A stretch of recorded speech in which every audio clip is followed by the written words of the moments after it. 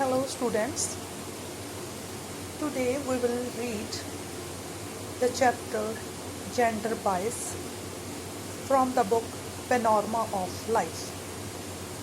Gender Bias chapter has been written by Sudha Murthy. Sudha Murthy द्वारा लिखा गया ये लेसन है जेंडर बायस. बायस होता है वितकरा करना, भेदभाव करना. जेंडर मीनस लैंगिक, मुंडे कुड़ियां का, आदमी औरत का.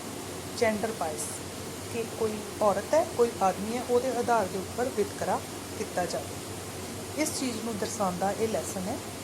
ਇਸ ਦੇ ਵਿੱਚ ਸੁਧਾ ਮੂਰਤੀ ਆਪਣੀ ਲਾਈਫ ਦੀ ਸਟੋਰੀ ਤੁਹਾਨੂੰ ਦੱਸਦੀ ਹੈ. ਸੁਧਾ ਮੂਰਤੀ ਕੰਪਿਊਟਰ ਸਾਇੰਸਿਸ ਦੇ ਵਿੱਚ ਮਾਸਟਰ ਕੋਰਸ ਕਰਦੀ ਹੈ, MA ਕਰਦੀ ਹੈ, ਹਾਇਰ ਸਟੱਡੀਜ਼ ਕਰਦੀ ਹੈ ਟਾਟਾ ਇੰਸਟੀਚਿਊਟ ਦੇ ਵਿੱਚ. ਉੱਥੇ ਉਹ ਬਹੁਤ ਵਧੀਆ ਤਰੀਕੇ ਨਾਲ ਪੜ੍ਹਾਈ ਕਰਦੀ ਹੈ. ਸਿਰਫ ਉਹ ਇਕੱਲੀ ਲੜਕੀ ਹੁੰਦੀ ਹੈ ਪੋਸਟ ਗ੍ਰੈਜੂਏਟ ਡਿਪਾਰਟਮੈਂਟ ਦੇ ਵਿੱਚ ਜਿਹੜੀ ਕਿ ਕੰਪਿਊਟਰ ਸਾਇੰਸਿਸ ਨੂੰ ਸਟੱਡੀ ਕਰ ਰਹੀ ਸੀ.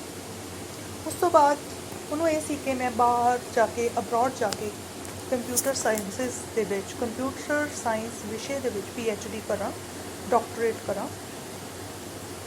ਉਹਨੂੰ ਕਈ ਯੂਨੀਵਰਸਿਟੀਜ਼ ਦੇ ਵੱਲੋਂ ਉਹਨੂੰ ਸਕਾਲਰਸ਼ਿਪ ਦੀ ਆਫਰਸ ਆਈਆਂ ਅਤੇ ਉਹਨੂੰ ਲੱਗਦਾ ਨਹੀਂ ਸੀ ਕਿ ਮੈਂ ਕੋਈ ਇੰਡੀਆ ਦੇ ਵਿੱਚ ਜੋਬ ਕਰਾਂਗੀ, ਮੈਨੂੰ ਕੋਈ ਇੱਦਾਂ ਦੀ ਜੋਬ ਮਿਲੇਗੀ ਮੇਰੀ ਪੜ੍ਹਾਈ ਦੇ ਮੁਤਾਬਕ.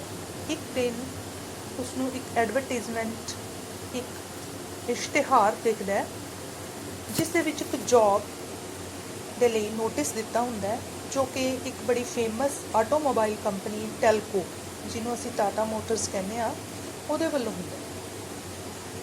ਉਹਦੇ ਵਿੱਚ ਲਿਖਿਆ ਹੋਇਆ ਸੀ ਕਿ ਕੰਪਨੀ ਨੂੰ ਯੰਗ ਬ੍ਰਾਈਟ ਇੰਜੀਨੀਅਰਸ ਦੀ ਰਿਕੁਆਇਰਮੈਂਟ ਹੈ ਜਿਨ੍ਹਾਂ ਦਾ ਐਕਸੀਲੈਂਟ ਐਕੈਡੈਮਿਕ ਬੈਕਗਰਾਊਂਡ ਹੋਵੇ. ਪਰ ਨੀਚੇ ਇੱਕ ਛੋਟੀ ਜਿਹੀ ਲਾਈਨ ਲਿਖੀ ਹੋਈ ਸੀ, lady candidates need not apply, ਕਿ ਲੜਕੀਆਂ ਜਾਂ ਔਰਤਾਂ ਇਹਦੇ ਲਈ ਅਪਲਾਈ ਨਹੀਂ ਕਰ ਸਕਦੀਆਂ. ਜਦੋਂ ਉਸਨੇ ਇਹ ਲਾਈਨ ਨੂੰ ਪੜ੍ਹਿਆ ਤਾਂ ਉਹਨੂੰ ਬੜਾ ਦੁੱਖ ਹੋਇਆ. ਉਸ ਨੂੰ ਜੈਂਡਰ ਡਿਸਕ੍ਰਿਮੀਨੇਸ਼ਨ, ਮਰਦ ਔਰਤਾਂ ਦੇ ਵਿੱਚ ਜਿਹੜਾ ਭੇਦਭਾਵ ਕੀਤਾ ਜਾਂਦਾ ਹੈ ਕਿ ਇਹ ਕੰਮ ਲੜਕੀਆਂ ਨਹੀਂ ਕਰ ਸਕਦੀਆਂ, ਤਾਂ ਉਸਨੂੰ ਪਹਿਲੀ ਵਾਰ ਅਹਿਸਾਸ ਹੋਇਆ ਕਿ ਮੇਰੇ ਕੋਲ ਡਿਗਰੀ ਹੈ, ਮੇਰੇ ਕੋਲ ਪੜ੍ਹਾਈ ਹੈ, ਪਰ ਫਿਰ ਵੀ ਮੈਂ ਇਸ ਜੋਬ ਦੇ ਲਈ ਅਪਲਾਈ ਨਹੀਂ ਕਰ ਸਕਦੀ. ਤਾਂ ਉਹਨੂੰ ਇਸ ਚੀਜ਼ ਦਾ ਦੁੱਖ ਹੋਇਆ. ਸੋ ਉਹਨੂੰ ਚੈਲੰਜ ਪਤਾ ਲੱਗੇ ਕਿ ਇੱਕ ਔਰਤ ਹੋਣ ਦੇ ਨਾਤੇ, ਇੱਕ ਲੜਕੀ ਹੋਣ ਦੇ ਨਾਤੇ ਉਹਨੂੰ ਕਿਸ ਤਰ੍ਹਾਂ ਦੇ ਚੈਲੰਜਸ ਸਾਹਮਣੇ ਆ ਸਕਦੇ ਨੇ. ਸਭ ਪੜ੍ਹਾਈ ਕਰਨ ਤੋਂ ਬਾਅਦ, ਬਹੁਤ ਅੱਛੇ ਤਰੀਕੇ ਨਾਲ ਆਪਣੀ ਡਿਗਰੀਜ਼ ਹਾਸਲ ਕਰਨ ਤੋਂ ਬਾਅਦ ਵੀ ਲੜਕੀਆਂ ਨੂੰ ਕਿੱਦਾਂ ਦੀਆਂ ਪ੍ਰੋਬਲਮ ਆ ਸਕਦੀਆਂ ਨੇ ਕਿ ਉਹਨਾਂ ਨੂੰ ਕਿਸੇ ਜੋਬ ਦੇ ਕਾਬਿਲ ਹੀ ਨਹੀਂ ਸਮਝਿਆ ਜਾਂਦਾ. ਤਾਂ ਉਹਨੇ ਆਪਣੀ ਜਿਹੜੀ ਪੜ੍ਹਾਈ ਹੈ ਉਹ ਬੜੀ ਐਕਸਟ੍ਰੀਮਲੀ ਵੈਲ ਇਨ ਐਕੈਡੈਮਿਕਸ ਦੇ ਵਿੱਚ, ਮਤਲਬ ਪੜ੍ਹਾਈ ਦੇ ਤੌਰ 'ਤੇ ਉਹ ਬੜੀ ਵਧੀਆ ਸੀ. ਤਾਂ ਉਹਨੇ ਸੋਚਿਆ ਕਿ ਇਹ ਜੋ ਵੀ ਕੁਛ ਲਿਖਿਆ ਹੋਇਆ ਕਿ lady candidates need not to apply, ਤਾਂ ਮੈਂ ਇਸ ਇਨਜਸਟਿਸ, ਇਹ ਜਿਹੜਾ ਜਸਟਿਸ ਨਹੀਂ ਹੋ ਰਿਹਾ, ਇਹ ਗਲਤ ਹੋ ਰਿਹਾ, ਉਹਦੇ ਲਈ ਮੈਂ ਟੈਲਕੋ ਕੰਪਨੀ ਦੇ ਟੌਪ ਮੋਸਟ ਪਰਸਨ ਨੂੰ ਚਿੱਠੀ ਲਿਖੂੰ ਕਿ ਤੁਹਾਡਾ ਗਲਤ ਹੈ ਇਸ ਤਰ੍ਹਾਂ ਲਿਖਣਾ.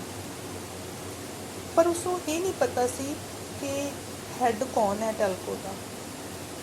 ਉਹਨੂੰ ਲੱਗਿਆ ਕਿ ਕੋਈ ਵੀ ਟਾਟਾਸ ਦੇ ਵਿੱਚੋਂ ਜਿਹੜਾ ਹੈ ਉਹਦਾ ਹੈੱਡ ਹੋਵੇਗਾ, ਕਿਉਂਕਿ ਉਹਨੂੰ ਜਾਣਦੀ ਸੀ ਕਿ JRD Tata group of companies ਦੇ ਹੈੱਡ.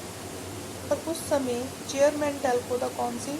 ਸੁਮੰਤ ਮਲਗਾਓਂਕਰ ਨਾਮ ਤੋਂ ਬੰਦਾ ਸੀ. ਤਾਂ ਜਦੋਂ ਉਹ ਜਿਹੜਾ ਐਡਰੈਸਡ ਉਹਨੇ ਪੋਸਟ ਕਾਰਡ ਦੇ ਵਿੱਚ ਆਪਣੀ ਜੋ ਵੀ ਸ਼ਿਕਾਇਤ ਸੀ ਉਹਨੇ ਲਿਖੀ, ਤਾਂ ਉਹਨੇ ਲਿਖਿਆ ਕਿ ਬੇਸ਼ੱਕ ਟਾਟਾਸ ਨੇ ਬਹੁਤ ਅੱਛਾ ਇੰਡਸਟਰੀ ਦੇ ਵਿੱਚ ਕੰਮ ਕੀਤਾ ਹੈ ਇੰਡੀਆ ਦੇ ਵਿੱਚ, ਆਇਰਨ ਅਤੇ ਸਟੀਲ ਦਾ, ਕੈਮੀਕਲਸ, ਟੈਕਸਟਾਈਲ ਦਾ, ਲੋਕੋਮੋਟਿਵ ਦੇ ਵਿੱਚ. ਅਤੇ ਉਹ 19ਵੀਂ ਸਦੀ ਦੇ ਸ਼ੁਰੂ ਤੋਂ ਹੀ ਭਾਰਤ ਦੇ ਵਿੱਚ ਪੜ੍ਹਾਈ ਦੇ ਲਈ ਬੜਾ ਕੰਮ ਕਰ ਰਹੇ ਨੇ, ਸਟੱਡੀਜ਼ ਦੇ ਲਈ, ਹਾਇਰ ਸਟੱਡੀਜ਼ ਦੇ ਲਈ. ਉਹਨਾਂ ਨੇ ਇੰਡੀਅਨ ਇੰਸਟੀਚਿਊਟ ਆਫ ਸਾਇੰਸ ਵੀ ਬਣਾਇਆ ਹੈ. ਪਰ ਉਹਨੇ ਕਿਹਾ ਕਿ ਇਹੋ ਜਿਹੀ ਕੰਪਨੀ, ਇੰਨੀ ਵੱਡੀ ਕੰਪਨੀ ਇੱਕ ਲੈਂਗਿਕ ਤੌਰ ਦੇ ਉੱਪਰ ਭੇਦਭਾਵ ਕਰ ਰਹੀ ਹੈ ਕਿ ਇਹਦੇ ਲਈ ਕੁੜੀਆਂ ਇਸ ਜੋਬ ਲਈ ਅਪਲਾਈ ਨਹੀਂ ਕਰ ਸਕਦੀਆਂ. ਉਹਨੇ ਇਹ ਲੈਟਰ ਪਾਤੀ ਅਤੇ ਭੁੱਲ ਗਈ. ਉਹਨੂੰ ਲੱਗਿਆ ਕਿ ਚਲੋ ਆਪਣੀ ਜਿਹੜੀ ਗੱਲ ਹੈ ਮੈਂ ਕਹਿਤੀ, ਬਟ ਉਹਨੂੰ ਆਸ ਨਹੀਂ ਸੀ ਕਿ ਉਹਦਾ ਕੋਈ ਜਵਾਬ ਆਏ. ਬਟ ਆਫਟਰ 10 days ਉਹਨੂੰ ਇੰਟਰਵਿਊ ਦੀ ਕਾਲ ਆਈ. ਟੈਲਕੋ ਦੀ ਪੁਣੇ ਦੇ ਵਿੱਚ ਜਿਹੜੀ ਕੰਪਨੀ ਸੀ, ਉਹਨਾਂ ਨੇ ਆਪਣੇ ਐਕਸਪੈਂਸਿਸ ਦੇ ਉੱਪਰ ਕਿ ਅਸੀਂ ਤੁਹਾਨੂੰ ਆਉਣ ਜਾਣ ਦਾ ਖਰਚਾ ਵੀ ਦੇਵਾਂਗੇ ਕਿ ਤੁਸੀਂ ਇੰਟਰਵਿਊ ਦੇ ਆਓ. ਤਾਂ ਉਹਦੀਆਂ ਹੋਸਟਲਮੇਟਸ ਲੜਕੀਆਂ ਨੇ ਉਹਨੂੰ ਕਿਹਾ ਕਿ ਮੌਕਾ ਮਿਲਿਆ, ਤੂੰ ਪੁਣੇ ਫ੍ਰੀ ਜਾ ਰਹੀ ਹੈ, ਜਾਇਆ, ਨੌਕਰੀ ਤਾਂ ਜਿਹੜੀ ਤੈਨੂੰ ਮਿਲਣੀ ਹੈ ਪਤਾ ਹੀ ਹੈ, ਜਾ ਕੇ ਉੱਥੇ ਪੁਣੇ ਜਾ, ਆਪਣਾ ਘੁੰਮ ਫਿਰ, ਉੱਥੋਂ ਕੋਈ ਸ਼ਾਪਿੰਗ ਵਗੈਰਾ ਕਰਿਆ। ਤਾਂ ਮਤਲਬ ਸ਼ੀ ਡਿਸਾਈਡਡ ਕਿ she will go for that interview. ਜਦੋਂ ਆਥਰ ਟੈਲਕੋ ਦੇ ਆਫਿਸ ਦੇ ਵਿੱਚ ਇੰਟਰਵਿਊ ਦੇ ਲਈ ਜਾਂਦੀ ਹੈ, 6 ਜਣੇ ਹੁੰਦੇ ਨੇ ਪੈਨਲ ਦੇ ਵਿੱਚ, ਅਤੇ ਉਹਨੂੰ ਲੱਗਦਾ ਹੈ ਕਿ ਇਹ ਇੱਕ ਸੀਰੀਅਸ ਬਿਜ਼ਨਸ ਹੈ। 6 ਜਣੇ ਬੈਠੇ ਨੇ ਇੰਟਰਵਿਊ ਦੇ ਲਈ, ਪਰ ਜਿਵੇਂ ਹੀ ਉਹ ਇੰਟਰਵਿਊ ਦੇਣ ਦੇ ਲਈ ਕਮਰੇ 'ਚ ਦਾਖਲ ਹੁੰਦੇ ਆ ਤਾਂ ਕੋਈ ਨਾ ਫੁਸਫੁਸਾਉਂਦਾ ਕਿ ਇਹ ਉਹੀ ਕੁੜੀ ਹੈ ਜਿਹਨੇ JRD ਨੂੰ, ਟਾਟਾ ਨੂੰ ਚਿੱਠੀ ਲਿਖੀ ਹੈ। ਅਤੇ ਸੁਧਾ ਮੂਰਤੀ ਨੂੰ ਲੱਗਦਾ ਹੈ ਕਿ ਮੈਨੂੰ ਜੋਬ ਤਾਂ ਇਹਨਾਂ ਨੇ ਦੇ ਗਈ, ਸੋ ਉਹਦੇ ਮਨ ਤੋਂ ਸਾਰੇ ਤਰ੍ਹਾਂ ਦੇ ਡਰ ਦੂਰ ਹੋ ਜਾਂਦੇ ਨੇ, ਜੋਬ ਤਾਂ ਆਪਾਂ ਨੂੰ ਮਿਲਣੀ ਨਹੀਂ। ਅਤੇ ਇਹਨਾਂ ਨੂੰ ਅੱਜ ਮੈਂ ਇਹਨਾਂ ਨੂੰ ਆਪਣੀ ਕਾਬਲੀਅਤ ਅਤੇ ਇਹਨਾਂ ਦੇ ਕੁਐਸਚਨ ਤਾਂ ਮੈਂ ਪੁੱਟ ਕਰ ਹੀ ਲਵਾਂ। ਇੰਟਰਵਿਊ ਸਟਾਰਟ ਹੋਣ ਤੋਂ ਪਹਿਲਾਂ ਹੀ ਉਹ ਪੈਨਲ ਨੂੰ ਪੁੱਛਦੀ ਹੈ ਕਿ ਤੁਸੀਂ ਬਾਇਸਡ ਐਡਵਰਟਾਈਜ਼ਮੈਂਟ ਕਿਉਂ ਦਿੱਤੀ, ਕਿਉਂ ਉਹ ਇਸ਼ਤਿਹਾਰ ਇੱਦਾਂ ਦਾ ਦਿੱਤਾ। ਅਤੇ ਉਹਨੇ ਥੋੜ੍ਹਾ ਜਿਹਾ ਉਹਨਾਂ ਨੂੰ ਕਿਹਾ ਕਿ ਮੈਨੂੰ ਲੱਗਦਾ ਕਿ ਜਿਹੜੀ ਅੱਜ ਵਾਲੀ ਇੰਟਰਵਿਊ ਹੈ ਇਹਦੇ 'ਚ ਇਹ ਨਹੀਂ ਦੇਖਿਆ ਜਾਏਗਾ ਕਿ ਕੁੜੀ ਇੰਟਰਵਿਊ ਦੇ ਰਹੀ ਹੈ ਜਾਂ ਕੋਈ ਮੁੰਡਾ ਇੰਟਰਵਿਊ ਦੇ ਰਿਹਾ, ਬਲਕਿ ਟੈਕਨੀਕਲ ਇੰਟਰਵਿਊ ਇਹ ਹੋਏਗੀ। ਤੁਸੀਂ ਮੇਰੀ ਜੋ ਵੀ ਗਿਆਨ ਮੇਰਾ ਹਾਸਿਲ ਕੀਤਾ ਹੈ ਉਹਨੂੰ ਟੈਸਟ ਤੁਸੀਂ ਕਰੋ। ਜਿਹੜੇ ਪੈਨਲ ਦੇ ਵਿੱਚ ਲੋਕ ਬੈਠੇ ਸੀ 6 ਦੇ 6 ਜਣੇ, ਉਹਨਾਂ ਨੂੰ ਉਹਦੀ ਰੂਟਨੈਸ ਕਿ ਇਹਦਾ ਕਿੱਦਾਂ ਦਾ ਬਿਹੇਵੀਅਰ ਹੈ ਉਹਦੇ 'ਤੇ ਥੋੜ੍ਹਾ ਜਿਹਾ ਗੁੱਸਾ ਵੀ ਆਇਆ ਕਿ ਕਿੰਨਾ ਐਟੀਟਿਊਡ ਹੈ ਇਸ ਲੜਕੀ ਦੇ ਵਿੱਚ। ਪਰ ਚਲੋ ਉਹਨਾਂ ਨੇ ਸਿਰਫ ਟੈਕਨੀਕਲ ਕੁਐਸਚਨਸ ਪੁੱਛੇ ਉਹਦੇ ਕੋਲੋਂ, ਉਹਨਾਂ ਦੇ ਵਿੱਚੋਂ ਨੈਚੁਰਲੀ ਹੈ ਉਹ ਪਾਸ ਹੋ ਗਈ। ਤਾਂ ਸੁਧਾ ਮੂਰਤੀ ਨੇ ਪੁੱਛਿਆ ਕਿ ਪਹਿਲਾਂ ਮੈਨੂੰ ਇਹ ਵੀ ਦੱਸ ਦਿਓ ਜੀ ਕਿ ਲੇਡੀ ਕੈਂਡੀਡੇਟ ਉਹਦੇ ਲਈ ਅਪਲਾਈ ਕਿਉਂ ਨਹੀਂ ਕਰ ਸਕਦੀ। ਤੁਸੀਂ ਇਹ ਨੀਚੇ ਲਿਖ ਲਿਆ ਕਿ ਲੇਡੀ ਕੈਂਡੀਡੇਟ ਅਪਲਾਈ ਨਹੀਂ ਕਰ ਸਕਦੀ।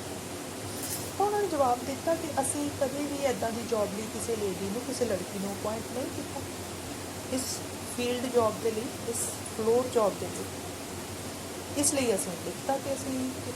ਤਾਂ ਫਿਰ ਸੁਧਾ ਮੂਰਤੀ ਨੇ ਉਹਨਾਂ ਨੂੰ ਕਿਹਾ ਕਿ ਕਿਤੇ ਨਾ ਕਿਤੇ ਤਾਂ ਤੁਹਾਨੂੰ ਸ਼ੁਰੂਆਤ ਕਰਨੀ ਹੀ ਪਏਗੀ ਨਾ। ਜਦੋਂ ਮੈਂ ਪੜ੍ਹਾਈ ਕਰ ਚੁੱਕੀ, ਮੈਂ ਉਹਦੀ ਬੇਸਿਕ ਜੋ ਵੀ ਤੁਸੀਂ ਕੁਆਲੀਫਿਕੇਸ਼ਨ ਪੁੱਛ ਰਹੇ ਹੋ ਉਹ ਮੈਂ ਦੇ ਦਿੱਤੀ, ਤੁਹਾਨੂੰ ਉਹਦਾ ਸਬੂਤ ਦੇ ਦਿੱਤਾ, ਤਾਂ ਐਟਲੀਸਟ ਤੁਸੀਂ ਉਹਨੂੰ ਟਰਾਈ ਤਾਂ ਕਰੋ, ਕਿਤੇ ਨਾ ਕਿਤੇ ਤਾਂ ਸ਼ੁਰੂਆਤ ਕਰਨੀ ਪਏਗੀ। ਜੇ ਇੱਦਾਂ ਕਰੋਗੇ, ਤੁਸੀਂ ਨੀਚੇ ਲਿਖ ਹੀ ਦਿਓਗੇ ਕਿ ਲੇਡੀਜ਼ ਨੇ ਅਪਲਾਈ ਨਹੀਂ ਕਰਨਾ, ਫਿਰ ਤਾਂ ਕੋਈ ਵੀ ਵੂਮੈਨ ਇਸ ਫੈਕਟਰੀਆਂ ਦੇ ਵਿੱਚ ਕੰਮ ਕਰਨ ਦੇ ਲਈ, ਇੱਦਾਂ ਦੀਆਂ ਜੋਬਸ ਕਰਨ ਦੇ ਲਈ ਤਿਆਰ ਹੀ ਨਹੀਂ ਹੋਏਗੀ, ਉਹਨੂੰ ਤਾਂ ਮੌਕਾ ਹੀ ਨਹੀਂ ਮਿਲੇਗਾ। ਫਾਈਨਲੀ ਉਹਦੀ ਕਾਫੀ ਲੰਬੀ ਇੰਟਰਵਿਊ ਹੁੰਦੀ ਹੈ ਔਰ ਉਹ ਸਕਸੈਸਫੁਲ ਹੁੰਦੀ ਹੈ। ਉਸ ਤੋਂ ਬਾਅਦ ਉਹਨੂੰ ਜੋਬ ਮਿਲਦੀ ਹੈ, ਪੁਣੇ ਦੇ ਵਿੱਚ ਉਹਨੂੰ ਜੋਬ ਜੁਆਇਨ ਕਰਾਈ ਜਾਂਦੀ ਹੈ। ਫਿਰ ਉਹਦਾ ਬਾਅਦ ਦੇ ਵਿੱਚ ਉਸ ਕੰਪਨੀ ਦੇ ਵਿੱਚ ਉਹ ਕੰਮ ਕਰਦੇ ਕਰਦੇ ਉਹਦਾ ਵਿਆਹ ਹੁੰਦਾ ਅਤੇ ਉਹਨੂੰ ਅਜੇ ਤੱਕ ਉਹ JRD ਟਾਟਾ ਨੂੰ ਮਿਲੀ ਨਹੀਂ। ਤਾਂ ਉਹ ਉਸ ਜਦੋਂ ਬੰਬੇ ਟ੍ਰਾਂਸਫਰ ਹੋ ਜਾਂਦੀ ਹੈ ਸੁਧਾ ਮੂਰਤੀ ਦੀ, ਉੱਥੇ ਉਹ ਮਿਸਟਰ ਮਲਗਾਉਂਕਰ ਦੇ ਆਫਿਸ ਦੇ ਵਿੱਚ JRD ਟਾਟਾ ਨੂੰ ਪਹਿਲੀ ਵਾਰ ਦੇਖਦੀ ਹੈ ਜਾਂ ਮਿਲਦੀ ਹੈ। ਅਤੇ ਫਿਰ ਉਸਨੂੰ ਪਤਾ ਲੱਗਦਾ ਹੈ ਕਿ ਉਹਨੂੰ JRD ਟਾਟਾ ਨੂੰ ਵੀ ਦੱਸਿਆ ਜਾਂਦਾ ਕਿ ਇਹ ਉਹੀ ਲੜਕੀ ਹੈ ਜਿਸ ਨੇ ਤੁਹਾਨੂੰ ਚਿੱਠੀ ਲਿਖੀ ਸੀ ਕਿ ਤੁਸੀਂ ਜੈਂਡਰ ਦੇ ਆਧਾਰ 'ਤੇ, ਲਿੰਗ ਦੇ ਆਧਾਰ 'ਤੇ ਸਾਡੇ ਨਾਲ ਵਿਤਕਰਾ ਕਿਉਂ ਕਰਦੇ ਹੋ। ਅਤੇ ਹੁਣ ਉਹ ਸੁਧਾ ਮੂਰਤੀ ਕਹਿ ਰਹੀ ਹੈ ਕਿ ਅੱਜ ਇੰਜੀਨੀਅਰਿੰਗ ਕਾਲਜਿਸ ਦੇ ਵਿੱਚ 50% ਲੜਕੀਆਂ ਪੜ੍ਹਦੀਆਂ ਅਤੇ ਉਹਨਾਂ ਦੇ ਵਿੱਚੋਂ ਬਹੁਤ ਸਾਰੀਆਂ ਲੜਕੀਆਂ ਫਲੋਰ ਦੇ ਉੱਪਰ, ਸ਼ੌਪ ਫਲੋਰ ਜਿਹਨੂੰ ਪਤਾ ਹੈ ਕਿ ਫੀਲਡ ਦੇ ਵਿੱਚ, ਇੰਜੀਨੀਅਰਿੰਗ ਦੇ ਫੀਲਡ ਦੇ ਵਿੱਚ ਕੰਮ ਕਰਦੀਆਂ। ਇਸੇ ਦੇ ਨਾਲ ਜੈਂਡਰ ਇਹ ਸਾਡੇ ਸਮਾਜ ਦੇ ਵਿੱਚ ਹੈ ਕਿ ਲੜਕੀਆਂ ਨੇ ਆਹ ਕੰਮ ਕਰਨਾ ਹੈ, ਆਹ ਕੰਮ ਨਹੀਂ ਕਰਨਾ। ਪੜ੍ਹਾਈ ਕਰਕੇ ਵੀ ਲੜਕੀਆਂ ਕਈ ਵਾਰੀ ਉਹ ਜੋਬ ਨਹੀਂ ਕਰ ਪਾਉਂਦੀਆਂ ਕਿਉਂਕਿ ਉਹਨਾਂ ਨੂੰ ਉੱਥੇ ਜੁਆਇਨ ਹੀ ਨਹੀਂ ਕਰਾਇਆ ਜਾਂਦਾ, ਉਹਨਾਂ ਨੂੰ ਉਹਦੇ ਰੋਕ ਹੀ ਨਹੀਂ ਸਕਦੇ।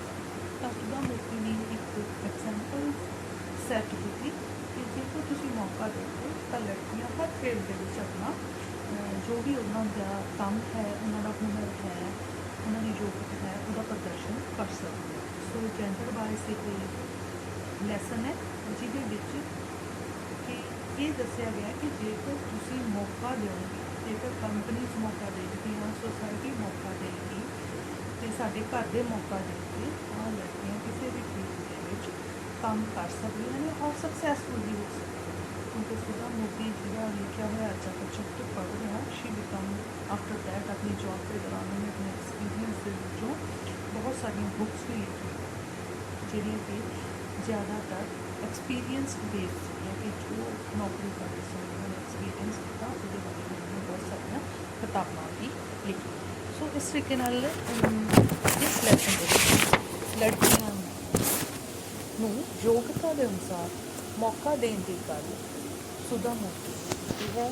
This is the chapter gender ਬਾਇਸ। I hope ਕਿ ਤੁਹਾਨੂੰ ਇਹ ਸਮਝ ਆ ਗਿਆ। Thank you so much.